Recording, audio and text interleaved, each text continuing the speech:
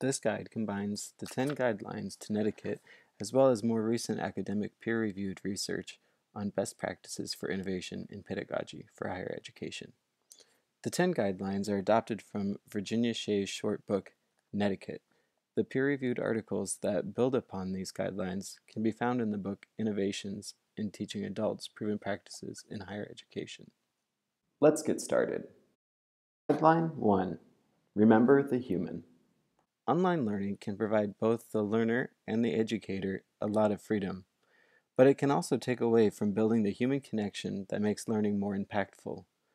Make sure you are still building that human connection with your online learners. In the chapter, Overcoming Self-Inflicted Traits Encountered by Adult Learners, Paul Schuler describes 4 primary types of learners and then discusses how these types of learners differ if they have high and low self-efficacy. The 4 primary types of learners are analyzers, feelers, visualizers, and organizers. How do you plan on figuring out how your online students learn?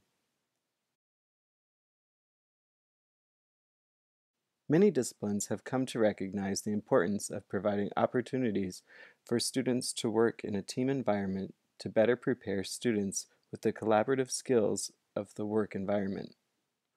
We want to adhere to those same standards online.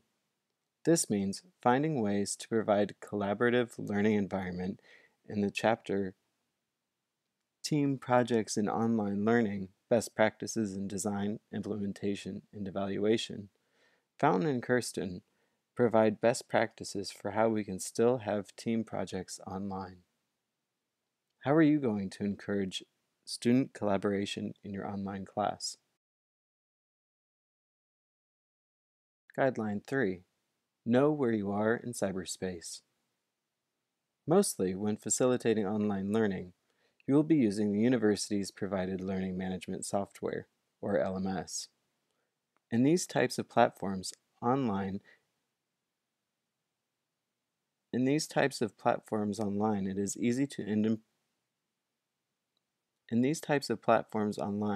is extremely important that these spaces are treated like public spaces. Keeping this guideline in mind will help you maintain an online learning environment that is accommodating to all types of learners. Universal Design for Learning is a set of principles that have shown to best accommodate the widest range of learners. Watch this TED Talk to better understand UDL and the importance of thinking of your online class as a public space. How are you ensuring that you are fostering an inclusive learning environment and not teaching to a select few types of learners? Guideline 4.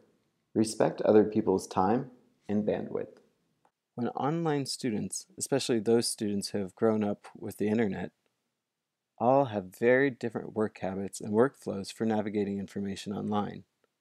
Dr. Corey explains how we can respect the student's bandwidth for learning by keeping the focus on learning the course content instead of learning how to navigate your course. Think of a time you used a website that was hard to navigate. How would you describe that experience? Were you able to find the information you needed? Guideline 5. Make yourself look good online. By applying these strategies online, we can encourage higher levels of learner engagement. Having several ways to engage learners online will definitely make you look good online. How will you check that your plan to engage the learner is working? Guideline 6. Share expert knowledge. Beyond your own expert knowledge, this guideline suggests engaging other experts in your field of study. In Dr. Quinn's research, she explains the various ways students benefit from being exposed to the diverse expert perspectives and experiences.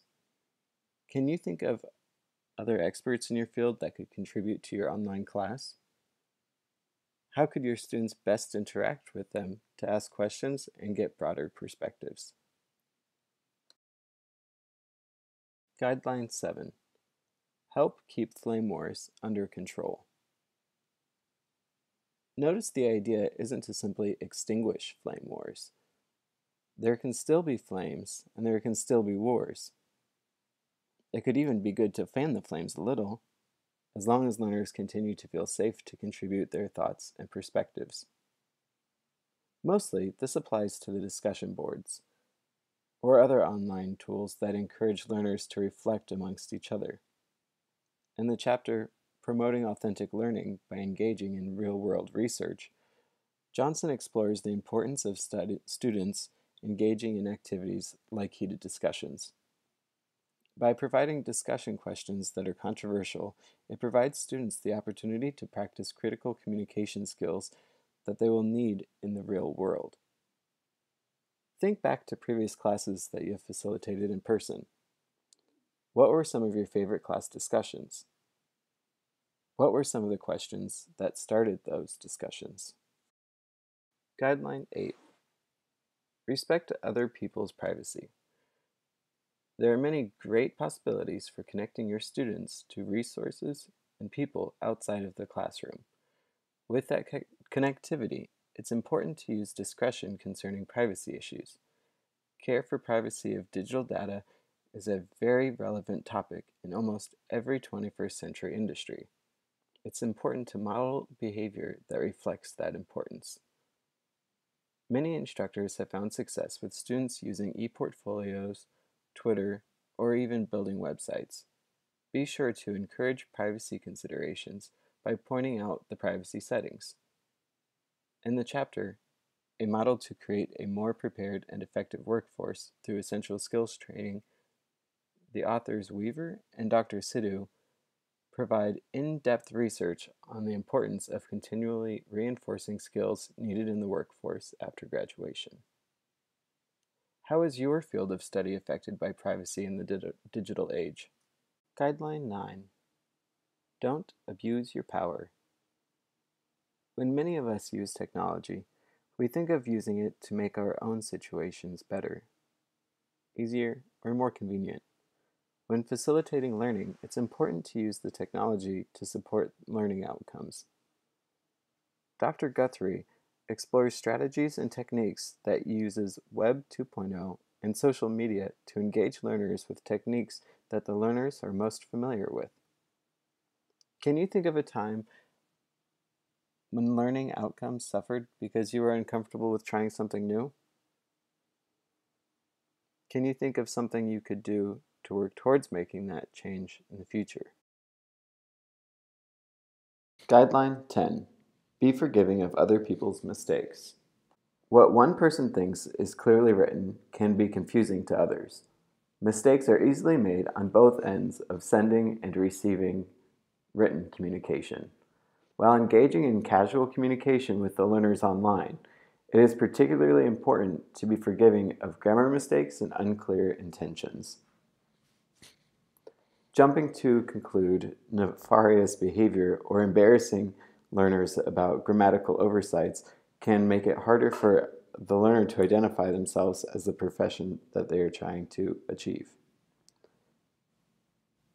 Jumping to conclude nefarious behavior or embarrassing learners about grammatical oversights can make it harder for the learner to identify as being a person in the profession that they are striving for.